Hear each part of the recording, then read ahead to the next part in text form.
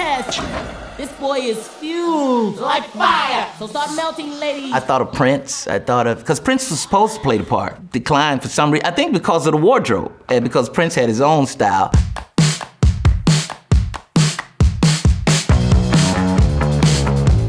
Rush Hour. It was so much fun, man, working with Jackie Chan, man. This guy, he's amazing, man. I definitely prepared myself because I knew it was Jackie Chan. I didn't want to, let him down. I worked out, lift weights, ran, the first one, made sure I was in tip-top shape. So whenever he was like, come on, I was ready.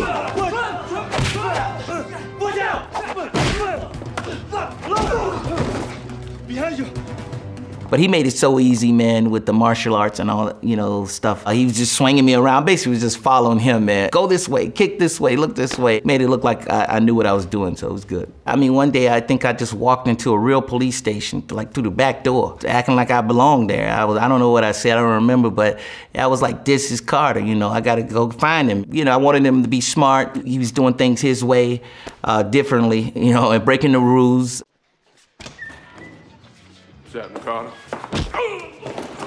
Put the guns down. Put the guns down! A lot of the scenes was just off the script. I mean, at the improv, Jackie followed me a lot, but he was so good. The chemistry was so great, man. He knew when I went off on something, he was right there with reaction and all that stuff. And with the action, he's the man with that. So I just, like, what we gonna do? What you want me to do?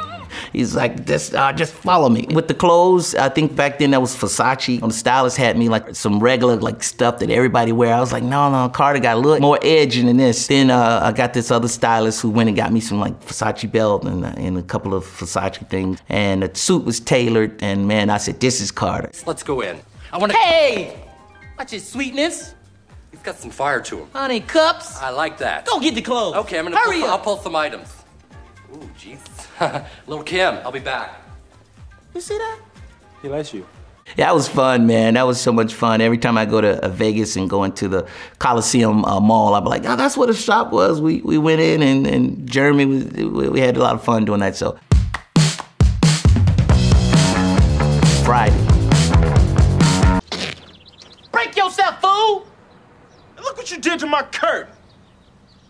Better watch your window, you climbing that fool, before you get blasted on. With what? That was my first starring role, co-starring role, and that was like my shot to let people know I can carry a movie alongside Ice Cube. So I remember just the preparation, focus, and we only, like you said, we only had 2 takes, small budget, and 20 days. Working with Gary Gray was great, smart. He really found the great music for the movie, the great tone. Oh man, he was just genius with that and putting it together. It was really just me being, the young Chris Tucker. Just I knew I would bring that energy and then take it up a notch and animated it a lot to make it fun and funny.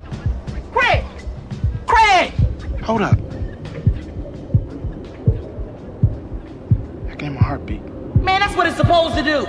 And the casting with everybody, with Tiny Zeus Lester, I don't know if I mentioned him, he passed away, one of my good friends, legendary Tiny Zeus Lester, who played Debo. Casting him, man, as like the big villain coming through like the shark, from Jaws. And working next to Ice Cube was a pleasure, man, because Cube, I was a fan of his being a rapper. The legendary, iconic John Witherspoon and Bernie Mac, those guys, comedy legends and gods, man. You had Ronaldo Ray and Yvette Wilson, so many legends that was in this movie that passed away. I'm so honored to have worked with them.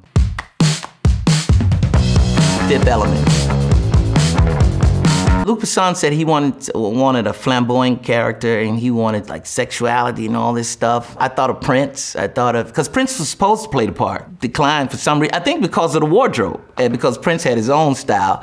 And matter of fact, he told me one time in person, he heard I was doing the movie and he said, I didn't want to do it. I was like, oh, and all that. I said, okay, all right. So then I was the second choice. It was definitely different for me, but I'm so glad I tackled it and did it because, man, it brought out, range in me. I only used probably on stage. So working with Luc Besson, man, was unbelievable. We filmed in London. He had all these stages, at Pinewoods, and it was like he really was, in another world. And man, putting on the outfits and the costumes and all the stuff, man, it just really turned me into a Ruby Rod character. And I really was able to just really let loose. Go back, my man. I have no fire. I have no matches. You have any matches? I have no matches. I saw smoking. If I knew, Father, you smoke? If I would have found out what I was wearing, I probably would have said, nah. But I'm so glad I didn't because it's one of my favorite roles. I definitely did some different type of tell them to try to make this that way, but they were speaking French and they kind of gave me the 52 fakes. I didn't. They did what they wanted to do, but I'm glad they did because that's what Luc Besson wanted. And that was what the character was, and it made me go into the character more if I would have did it my way. So I'm glad they didn't listen to me. I love working with directors who write their own scripts and they know it from back and forth because they can really tell you what they want. And I like when sometimes they dictate it to me because I can just give it right to them. Money talks. Hold up, man. Wait a minute.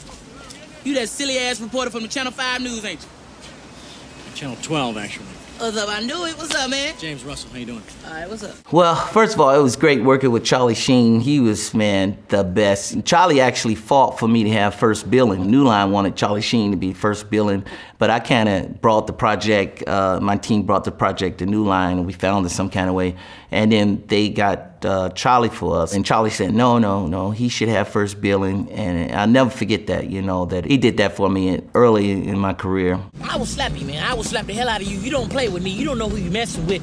I don't even know when I'm gonna slap somebody. My reflex is just slap people. I be like, damn, why did I do that? I don't even know when I be slapping people. I don't know when I'm gonna slap somebody. You keep messing with me. I'm dangerous. I'm scared of myself. I was just going all out trying to get the laughs, trying to make it fun. I just wanted to bring my energy to the screen, man. I was young. I just wanted every scene to be, energy. The character was on the run, and I just wanted to just be fun, and I was all out. Whatever I could, it didn't matter. I was holding nothing back, man. When he came up to the car, right? He said, get out the car, got out the car. I said, what you calling back up for, man? Everybody around here for this. Between me and you, I ain't even doing nothing. They got my license, my registration, everything. What's up now? The prison scene was something we came up with on the spot, on that day of, because we were so young, we didn't think about it till that day. Like, man, we gotta do something right. We were close friends, and we were really close back then, and we just wanted to do something that's iconic, memorable, because we was like, hey man, we gotta do something that's crazy because we can't let this scene get by us.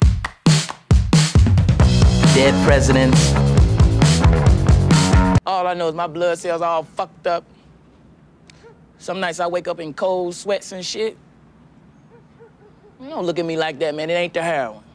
The heroin ain't never did nothing to me. I was happy that I got Dead Presidents because I wanted to show a different range that I could play dramatic roles early in my career. So that was a lot of fun. I was looking forward to doing that because I did that right after Fridays, I think. So working with the Hughes brothers was great because they had the 60s, 70s music all around the set the whole time, man, and they really put us back into that period, man. The wardrobe, it was just all the stuff they put around us, man, that really made it work.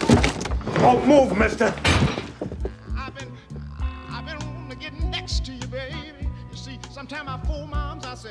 And they had to put these contacts in my eyes to, make it seem like I was passed away for a while. And then I had to walk, I remember in real life, I had to walk across this cold street in New York. I was freezing that day and I couldn't see anything. I think they had me on with the robe and already on. And I'm walking through traffic to get to the building where I'm supposed to be. And I remember that and I was like, oh my God, what is this all about? Air. The key to Phil is make him afraid. You gonna get us both damn fired. Phil got $100 million and a life supply of them damn pink, nut-hugging jogging shots. The hell is he afraid of? Let's say you get Phil. How the hell you gonna get Michael? My part wasn't, Howard White part wasn't in the script, so my dialogue and my scenes had to make sense with the script. It had to make the movie move. And the information that I gave in the scene had to work for the story, and also for my part, I said yes because Ben was like, we'll fix it, whatever you want to do, we'll make it work. I called Ben the player coach because he's an actor and a director, and he knows what it takes for actors to feel comfortable, to get the best out of them, and give them that room to do their thing. And great team. I really had a great time working with them. You got them all there, the greatest high school players in the country. You might have forgot about this, but I was invited. Best day of my life. Then I blew out my damn knee. That don't matter about what Phil is thinking, or anybody's thinking. All that matters is how much do you believe? I believe in you.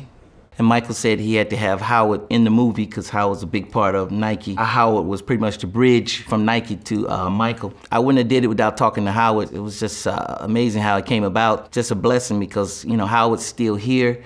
Howard had a heart transplant, so he might have not even been here. I spent hours on the phone with Howard White, my friend Howard, and talking about, you know, him, and then he put me on the phone with his childhood friends when he was 5 years old and doing hopscotch in the neighborhood, riding bikes, to his high school teachers and coaches, high school coaches and friends, all the way up to when he mentored Charles Barkley. So he gave me all this information, and I had to put it all together, and I pretty much wrote all my scenes. I put all that stuff together, and Ben gave me the room to do whatever I wanted to do. So I got all the information and embodied his spirit and in dialect. It was one of the hardest parts I ever did. Jackie Brown. Man, you must be out of your fucking mind if you think I'm finna get in this dirty ass trunk. We ain't going nowhere but to Koreatown, man.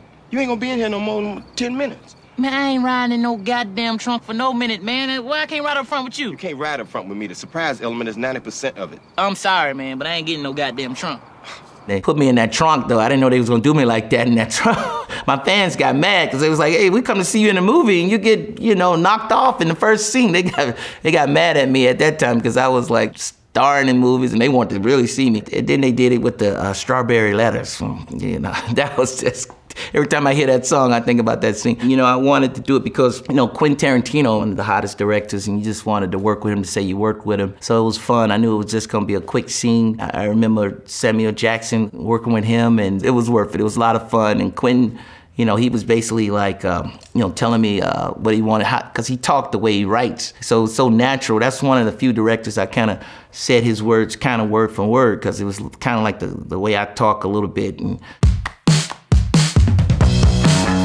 Silver Linings Playbook. He wrote about you, all right. What did he say? He said you guys was helping each other out, and you were nice, and you had a mouth on you, but Whoa, okay. You're a little mouthy, but No, please tell me more about what he said in the letter. Yeah, anything you want to know, I'll just tell you in the letter. It was nothing. I love movies that I can learn something from. You know, mental health is a big thing, and I learned a lot from doing this movie. I love working with directors like David O. Russell because, like I said, he knows the script so well. He'll tell you to do something. He's off camera throwing stuff at you. He would go around with you like a monitor and like, all right, say this. He'll throw stuff at you, throw stuff at you, throw stuff. So I love that, you know, as a coming from the comic world. California Love, You Rock My World. I remember Tupac had just got out of jail. We were filming in the desert. He came in, it was like unbelievable. He brought all this great energy to the set, and we all was having fun because we were celebrating him getting out too. And Michael Clark Duncan saved my life. I'll tell everybody that because we were going over this doom in the desert, and I had my hands up. We hit a bump, and then Michael Clark Duncan grabbed my back of my shirt or vest and kind of pulled me back down. I think I was going over, and I was like, thank you, man. Thank you, Michael. Thank you. So he always got a special place in my heart. Ooh, look at that. She look good, huh? She look homeless.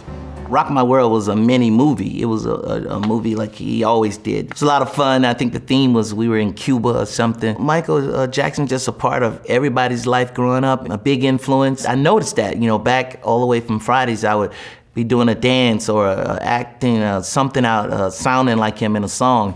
And in Def Jam, even before that in Def Jam, I did a Michael Jackson joke. And then a lot of comedians in Def Jam, everybody had to have a Michael Jackson joke because he's just so huge in everybody's life.